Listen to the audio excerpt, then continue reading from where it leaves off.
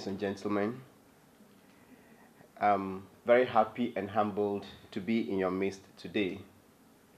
I have not been lucky enough to be a Chevening scholar. I don't know what happened. I think in 2011, I got two admissions, Cardiff and Sussex. Yes, I don't know. Somebody didn't tell me about this scholarship, so I tried the government one. And since I didn't have connections, I couldn't get it. You don't need connection for Chevening. I'm talking about the government one. But thankfully, I went to University of Ghana, and it is good to be here. I'm really humbled by this opportunity to share my thoughts on what I consider to be Ghana's biggest setback since independence. I've been asked to speak on the theme Corruption and its Impact on Ghana, 61 years on. But with your kind permission, I would want to nickname this presentation the Kalabule Junction. And this is why I want to name it as such. In February this year, my wife and my wife is here, we went to a community in the central region. Becky, why don't you wave?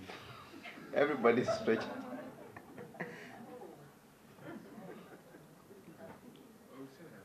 Oh, okay. Yes. That's my wife.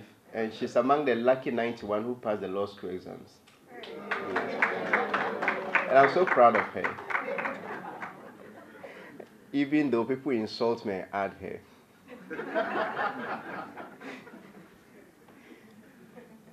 In February this year, my wife and I went to a community in the central region, and this community is called Ankwanda.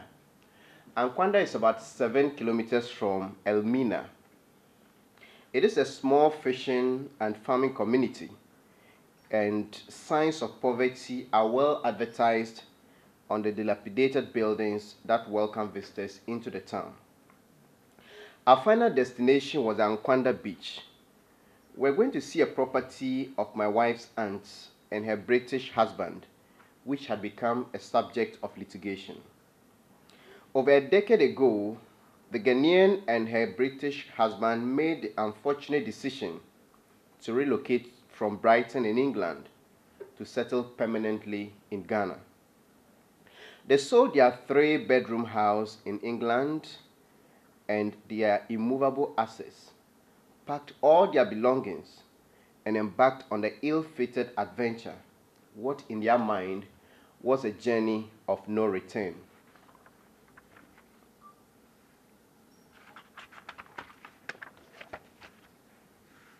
When they got to Ghana, they acquired a piece of land in Ankwanda near Elmina and set up a very beautiful beach resort by the coast. With a balmy breeze from the Atlantic Ocean and a beach adorned with coconut trees, the resort was a citadel of comfort and beauty. What we saw that Saturday afternoon, however, was a grotesque impersonation of the lovely place that once hosted holiday makers and served as an idyllic spot for evening relaxations. The place has now been overgrown with weeds. The investments then are rotting away, and sand winners are chipping away the coastline. While lamenting on the dilapidated beach resort on our way back, the curiosity of my wife and I was aroused by its name. And the resort was named KJ's, KJ apostrophe S. The first name of my wife's auntie starts with the letter J. So we imagined the J stood for her first name. Her husband's initials are D and S. So we wondered how the letter K found its way into the meaning or into the name of the resort. When she sent a message to her aunt, she replied with emojis of laughter. She said the name was suggested by her British husband for a reason. The J had nothing to do with her first name as we had imagined. It stood It stood for junction, and the K for Kalabule. She explained that when they were trying to set up the place, they were met with corrupt government officials everywhere they turned. These were officials who were supposed to grant them various permits and the rest, but each one of them wanted a bribe to be able to do their work. That's how the Brits from Brighton got to know about the word Kalabule, and it made it into the name of the place. If the couple thought they had overcome the forces of Kalabule, then the worst encounter with corruption in Ghana was yet to begin. The chief of the town and the elders of that town, and I'm talking about Ankwanda, were engaged in serious land deals, and this finally ended up in court. An injunction was put on all the developments in the area, and that was the final nail on the coffin of KJ's, that's Kalabule Junction. As painful as it was, the couple had to face the reality. They salvaged the little that they could lay hands on and returned to England to start afresh. The previous homeowners became tenants, and their lives did not remain the same. They have since not returned to Ghana, and the name Ghana provokes a painful reminder of corruption that has robbed them of their dreams and aspirations. They were, however, not the only losers. The young men and women in Ankwanda who had jobs at the resort became jobless. The fishermen and farmers whose produce were patronized by this resort have also lost out. The state has also lost the taxes and other levies that accrued from the operations of this resort. The elders of the town and their chief, who they claim they have distilled, are still in court fighting over who has the power to sell the lands in the area. But their lives are far more better than the rest of the village. When we visited one of them, we realized he had a very nice house that can compare favorably with some of the houses in Accra. Ladies and gentlemen, the story of the Kalabule Junction in Ankwanda is not different from the story of the Kalabule Republic of Ghana. According to a quote attributed to former President Kufuor, corruption, we are told, is as old as Adam. In Ghana, however, it became very pronounced in the 1970s. Our first president, Osagyefo Kwame Nkrumah, with all his faults, was not a thief. He may have been overzealous in his approach, and some have questioned his ideology. But we did not hear anything about money he had stolen whilst he was in office. What really happened was after his overthrow, that's a decade over after Kwame Nkrumah's overthrow, was when we had a lot of this corruption and the word Kalabule became very pronounced. Actually, when this word was first born in Ghana, or very popular, my father was too young to marry, but I've grown to read about it and the period in question. The June 4th, 1979 revolution was inspired by corruption-induced hardship in the country. The hardship brought about scarcity of essential commodities, which in turn led to hoarding and overpricing. The word Kalabule, we are told, was born in this era. And the house cleansing exercise by Flight Lieutenant Jerry John Rawlins's Armed Forces Revolutionary Council, initiated, was mainly to wipe out this corruption. Market women, we read and sometimes see pictures, who were caught in the act, were stripped naked and caned in public. Some people were imprisoned. Others had their properties confiscated by the state over suspicion that they were acquired through corrupt means. But those were the fortunate ones. We had some who were lined up at the firing squad and bullets were rained into their bodies. In the history of Ghana, this was a period when corruption was really a crime. When the Armed Forces Revolutionary Council stepped aside in September 1979 for Dr. Hillel Liman to usher the nation into a civilian rule, Ghanaians saw the return of corruption, which had caused the revolution. Flight Lieutenant Jerry John Rawlings and his men returned in December 1981.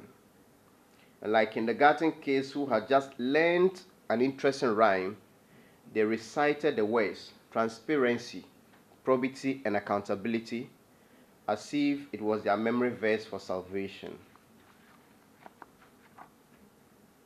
The Fourth Republic started with Jerry John Rawlings, whose anti-corruption genes grew weaker to the extent that he became friends with one of the most corrupt persons to ever walk on the surface of the earth. And I'm talking about Sani Abacha of Nigeria. And not long ago, our incorruptible former president admitted receiving a gift of $2 million US. We actually told it was 5 million, but at the time there was denial. And not quite long ago, we are told he got 2 million and not 5 million US. Some of his apostles of transparency, probity, and accountability left office as very wealthy men whose sources of wealth could not be explained in daylight. When Rawlings left office, a number of his ministers were jailed by the John Agyekum Kufuor government. President Kufuor declared zero tolerance for corruption, but certain decisions and actions, contracts signed in his administration contradicted this his avowed hatred for corruption. The terrible contracts which eventually killed the well-intended program were signed under the watch of President Kufuor. Some of the beneficiary companies of the corrupt contracts have been involved in many other corruption scandals, some beyond the borders of Ghana. Surprisingly, however, our former president is still seen endorsing them publicly and sometimes acting as their brand ambassador. President John Atta Mills expressed outrage about corruption, but he appeared too weak in dealing with the alleged acts of corruption. He was not known to have participated in the eating of the proverbial python, but for the fact that he sat aloof and watched children eat the forbidden reptile, he could not escape the roll call of python eaters. After John Atta Mills came John Mahama, the fourth John to become president in our Fourth Republic. President Mahama is on record to have stated that corruption is mass murder. But in his regime, it was as if corruption had been legalized. And in my view, and I'm not afraid to share my view, this is the most, I'm talking of President Mahama's regime, is the most corrupt regime in the Fourth Republic, in my view. And I have evidence that some of the stinking contracts either had the backing, they were either initiated from the office of the president or they had the blessing from the office of the president. Now let's move on to our current dispensation. President Akufo-Addo has done a little over 1 year in office and appears to be serious in dealing with corruption despite a number of problematic steps. Last year, for instance, he was widely condemned by anti-corruption groups for openly endorsing the Jospon Group CEO. The government's treatment of the bust scandal last year was as shady as the scandal itself. These and other few issues which bear striking resemblance with corruption caused many to question President Akufo-Addo's avowed stance against corruption.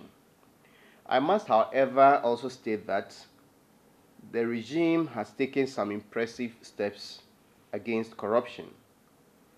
For the first time since 2006, the seemingly untouchable Jospon Group is under criminal investigation together with some state officials.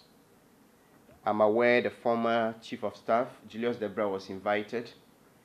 Former Minister of Local Government, Collins Dauda, and some 11 subsidiaries of the Jospon Group are being investigated by the Financial Forensic Unit of the CID after Joy News did the robbing the assemblies investigations last year.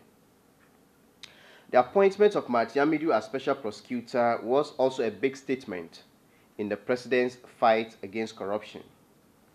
But the test of a president's seriousness in fighting corruption is not what he does to his political opponents. Until President Akufo-Addo stops acting as a chief clearing agent who clears his men of corruption and goes out to challenge accusers to bring evidence, the confidence in his anti-corruption drive will win. Currently, we have heard news of the National Lottery Authority, the CEO's in-law, was awarded 11 contracts in the same day. And there's a threshold for such contracts beyond which you must apply or use the procurement procedure. And we are told 100,000 Ghana cedis. So this contract was around 500,000 Ghana cedis, but they were broken into pieces. So they were to supply bags of rice, and if that bags of rice would cost more than 200,000 cedis, they broke them into pieces and awarded 11 contracts on the same day. And coincidentally, all those contracts were won by the sister-in-law of the chief executive officer of the NLA. And we hope this will be a test case. We have heard that the presidency has written to him to respond. And we hope it would not be another matter of a clearing agent asking him to go and then they are satisfied with the outcome. When we talk about corruption, for me, I think there are two main sources of corruption or types. We have the petty corruption and we have the grand corruption. If you want a visa, a driver's license, or even a bed in a hospital, you will be confronted with corruption. If you want to register a piece of land or a business, you will meet people who want a bribe before they act. If you have a case at the police station and you are wrong, you can pay a bribe and be free. If you are right, you still have to pay a bribe before it is pursued. Thanks to Anas Harimyo Anas, we now know our judges and courts can sometimes sell justice to the highest bidder. Journalists are prepared to take money from corrupt businesses and individuals and ignore exposés that will save the nation millions of cedis. Civil servants can be bribed to do what they are paid to do.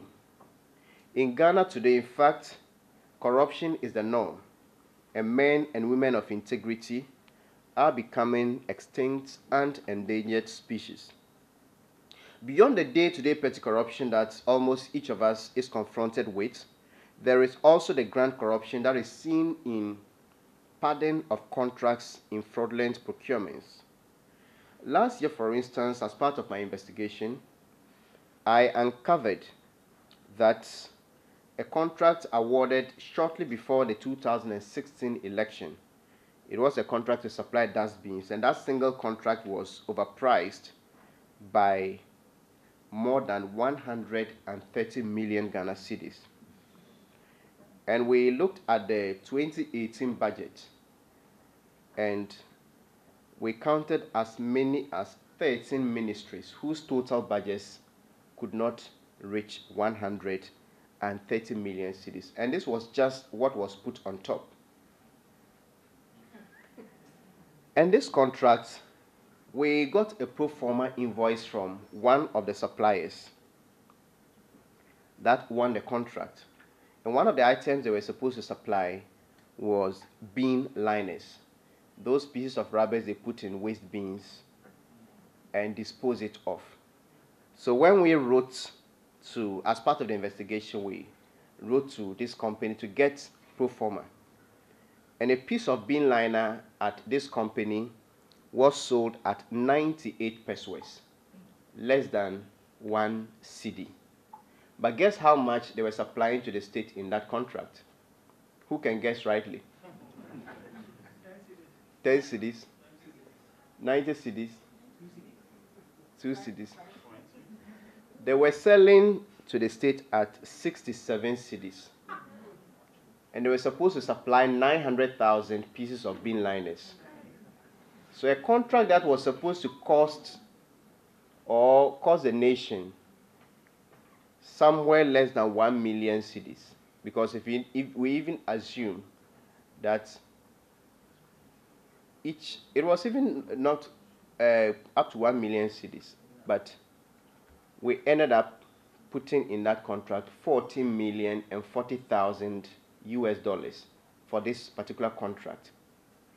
And if you multiply it in cedi terms, you have an idea of how this contract was padded. And when we did the calculation, the increase is about 6,736.7% from what this company supplies to individuals in the market. And this is one of the Jospon companies that is under investigation by the CID. So the question is, how did we get here? Many scholars have blamed the funding of political parties for the corruption in Ghana and Africa. Businesses and individuals who fund politicians would want to recoup their monies through padded and inflated contracts. Inasmuch as this is true, for me, it is not the reason for the obscene levels of corruption we see everywhere in this country. Democracy everywhere we know is very expensive, and it is not only in Africa that politicians are funded by businesses and individuals. Ignatius Kutu-Acheampong and the military in the 1970s did not stand for any election. They had not campaigned for power, and they did not anticipate any election. So what got them so corrupt? We seem to have indescribable amounts of greed in our DNA. We have lost the values of hard work and honesty. Religion, especially Christianity, has not helped matters. The greed that made us sell our black brothers and sisters to the white man in the days of slavery is the same greed that is making us steal from the poor and carry it to the white man's land to stash in their accounts and buy expensive properties abroad. Religion, as I've said, has not helped us, especially with Christianity. And I'm a Christian. I don't have anything against Christianity, but I can tell you our churches are now the biggest promoters of corruption. If a young man and a young woman are found to have had sex before their marriage, the church would punish them. What they sometimes do is to parade them before the whole congregation, tell the whole church about their sins, and read their punishment to them. In that same church, however, if the elder, the catechist, or pastor steals money, their worst punishment may be a transfer to another branch of the church, and no one gets to hear about it. If it is their own church or the one-man churches, for that one, nobody has the power to even question. The church also celebrates ill-gotten wealth without questioning its source. Prosperity is not a bad sermon to preach, but if the number of digits in one's account becomes the standard to measure God's blessing, then everyone would want to be rich. It is common these days to find thieves building churches and donating big to churches. And when they do that, they are giving all the secret accolades. That is how people use the name of God to steal money, because when the thieves cannot explain their sources of wealth, you ask them, so is the blessing of God. Another reason we are so corrupt as a people, in my view, is that corruption is not punished enough. There is corruption everywhere in the world, but elsewhere there is a price to pay, a high price to pay for being corrupt. But in our republic, It is as if there's rather a price to receive for corruption. Ladies and gentlemen, any book on the impact of corruption in our nation could compete favorably and possibly make it to the Guinness Book of Records as the biggest book ever written. We can spend eternity speaking about the devastating effects of corruption on Ghana, since we told the British that we're capable of managing our own affairs. For the purpose of this discussion, I would want to tackle a few. According to the Economic Commission on Africa, between 1970 and 2008, Africa lost about 800 billion US dollars in illicit financial transfers abroad. We are also told that our continent loses about 50 billion US dollars every year through illicit financial flows, mainly in the extractive sector. A lot of this happens with the connivance of our leaders. But in discussions such as these, I would want us to dwell on the reality of the situation. Sometimes the figures are so big that we are not able to wrap our heads around them, and they become so abstract. The most visible impact of corruption in Ghana today is what most of us, if not all of us, may have witnessed on our way here. Energetic young men and women line up the streets every day to roast in the blistering sun and inhale very toxic fumes. Driven by survival instincts, they line up to sell whatever their hands can find.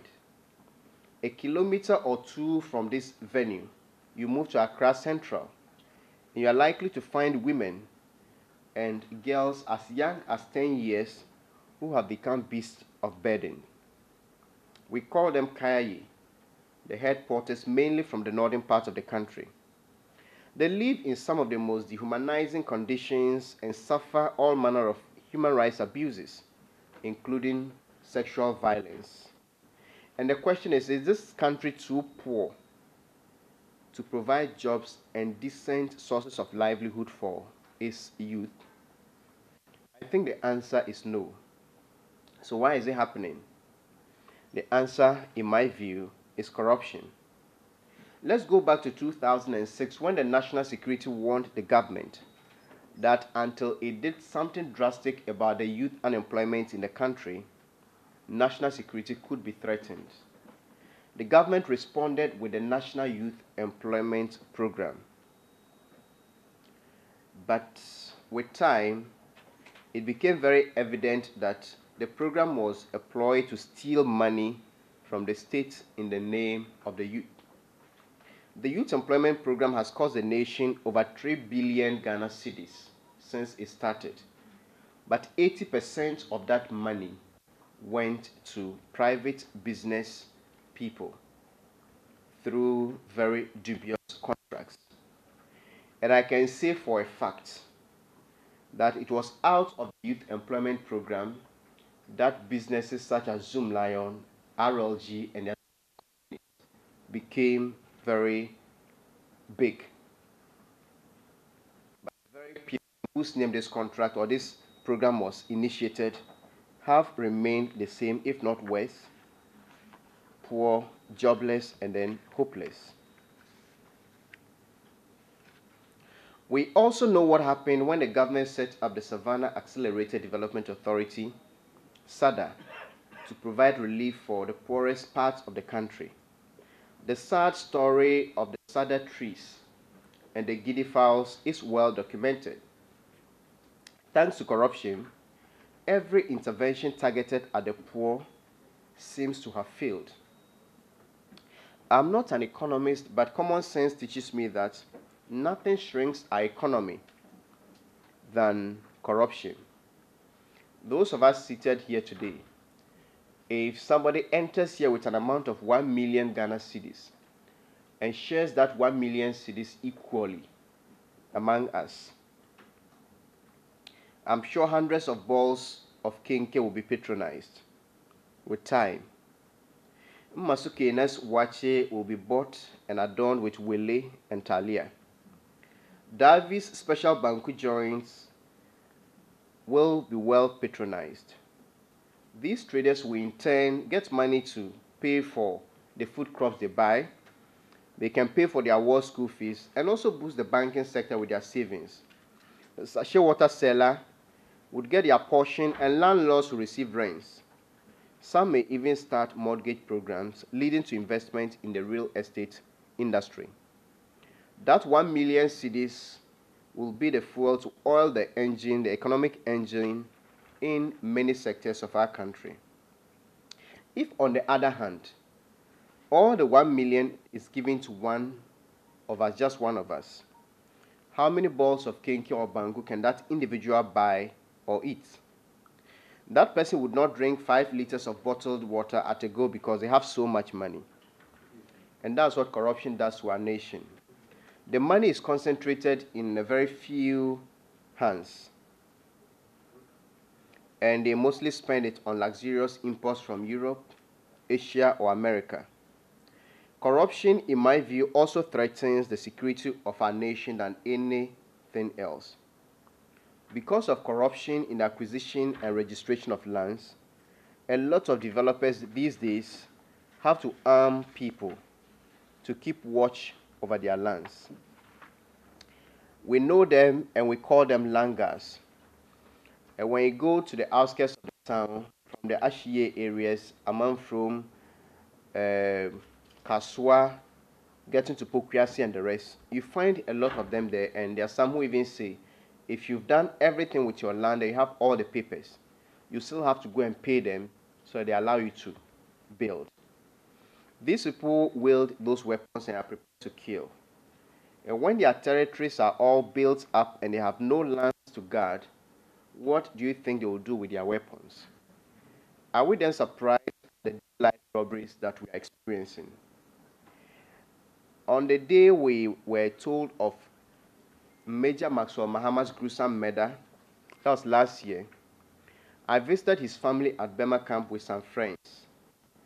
And when we were leaving the family house, I stopped to have a chat with a military officer.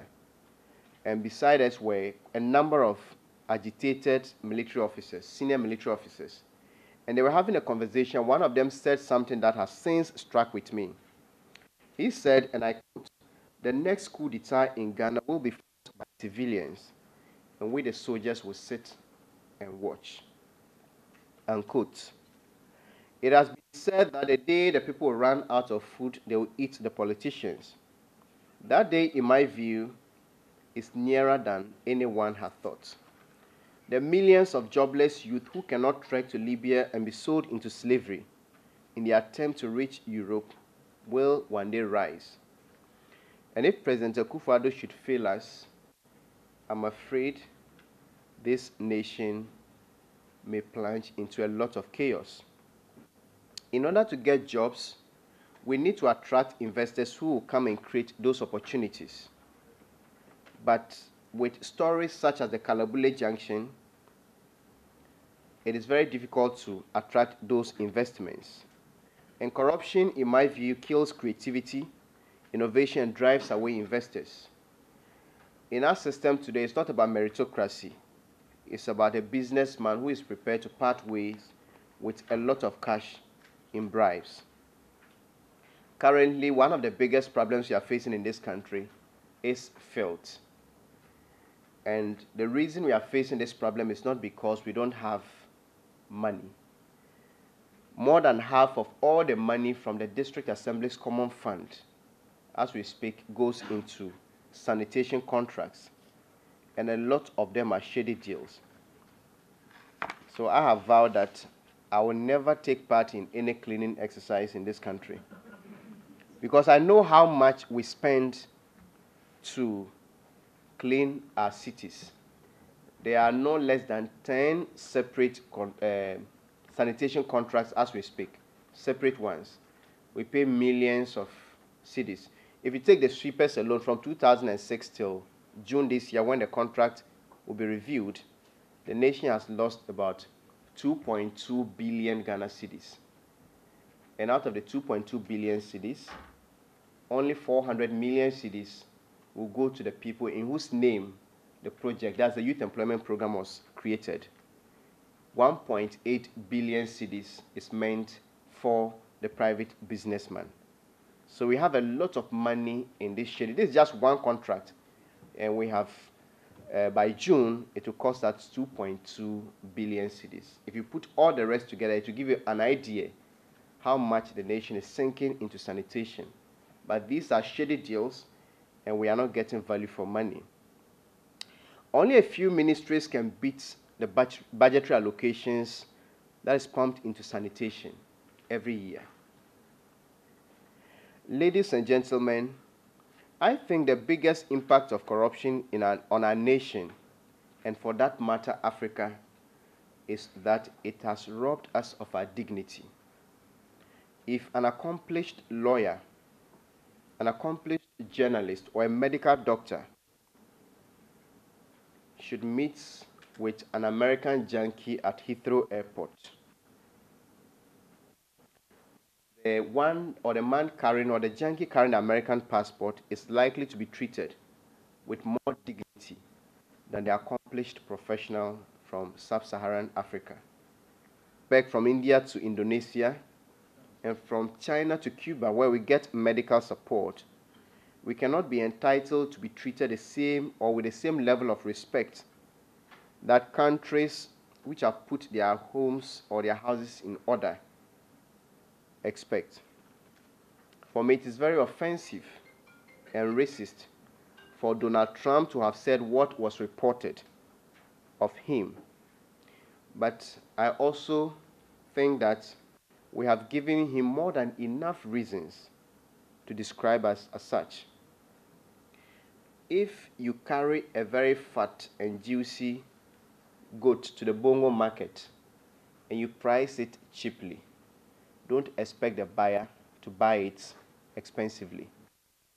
Buy it cheaply.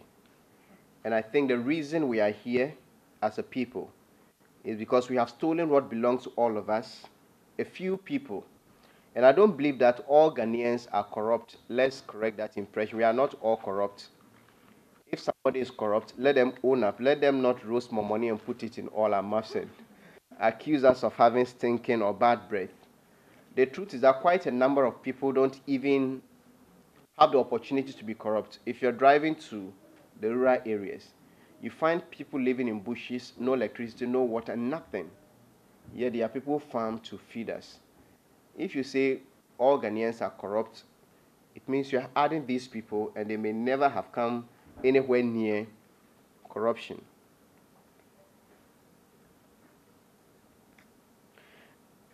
A lot of us here, and I'm talking about the Chevening scholars here, if not all of you, I'm sure most of you may have traveled widely in the United Kingdom.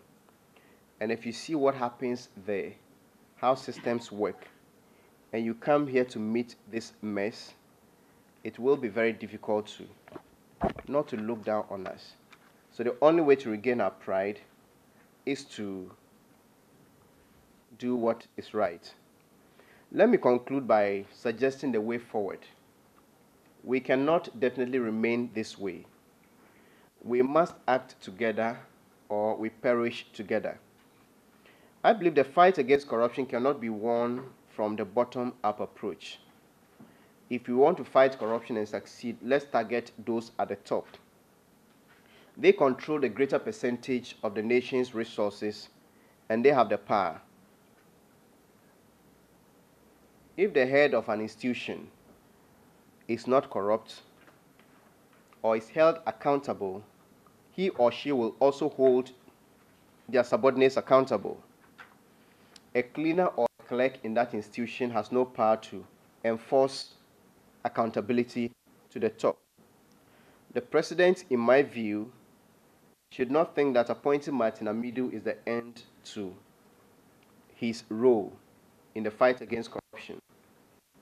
He should complement the efforts of the special prosecutor and other anti-corruption agencies by taking steps to fire appointees who are engaged in corruption.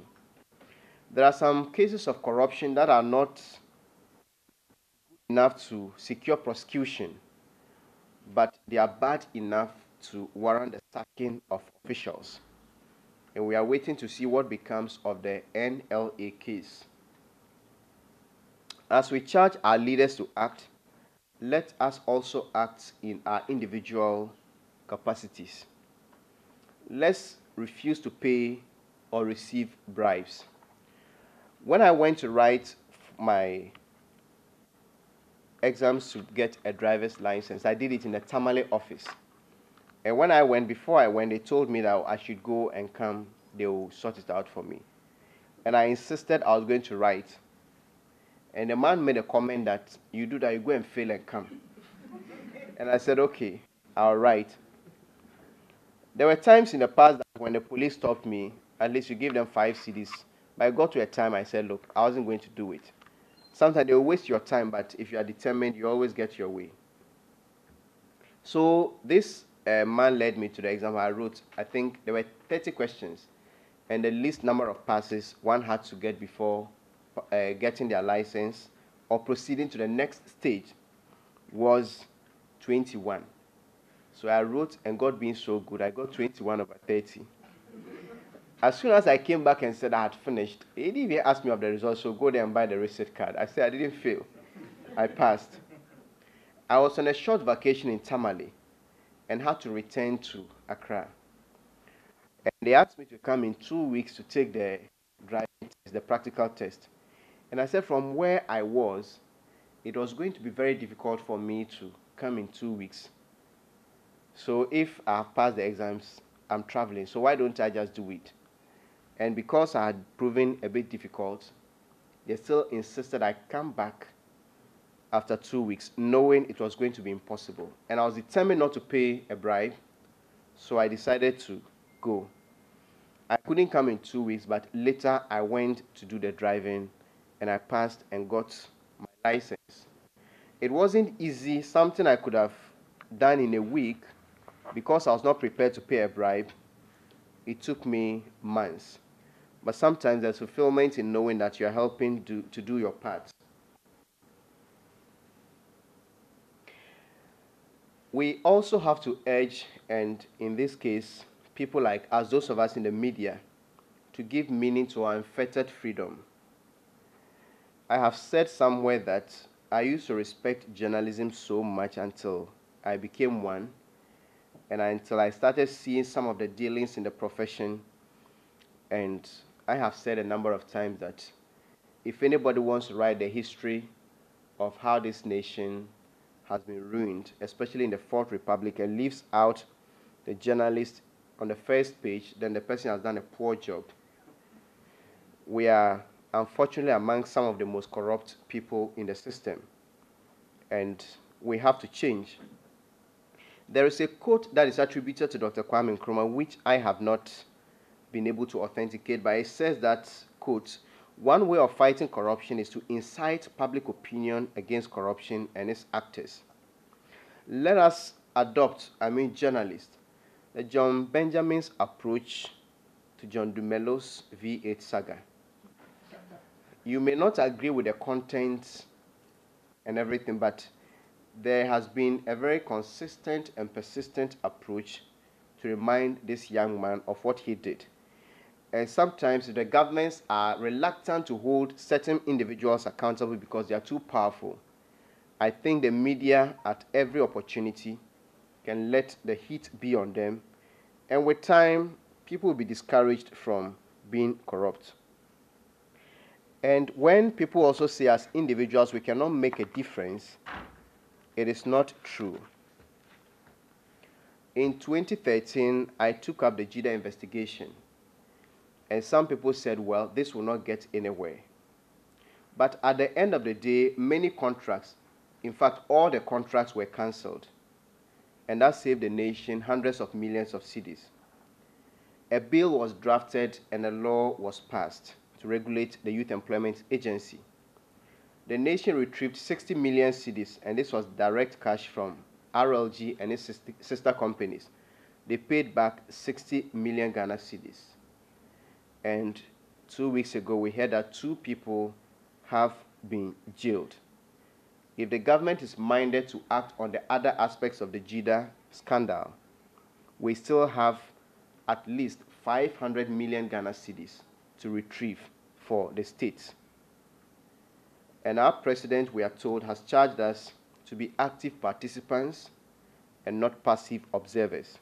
But long before Nana Akufo-Addo dreamt of becoming the president of this republic, a great son of Peki, a former Achimota School music teacher, an eminent scholar and musician, Dr. Ephraim Amu told us how to redeem our seemingly hopeless situation in the patriotic song, Yang Ara Assassini.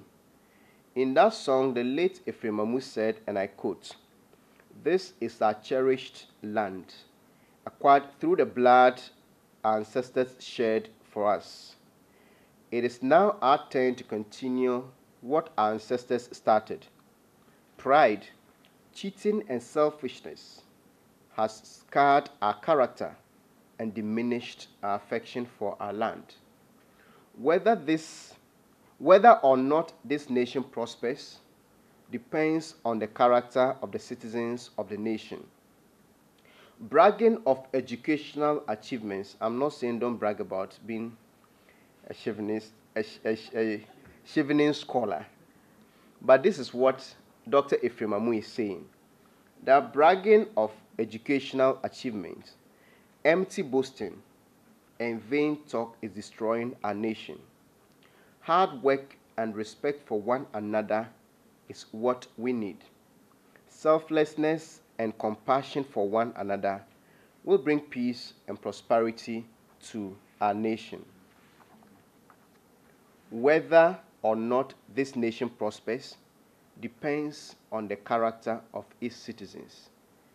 And you and me, or you and I, are the citizens of this country, and whether or not we shall be able to defeat corruption will depend on the sacrifices we are prepared to make in order to get this nation somewhere.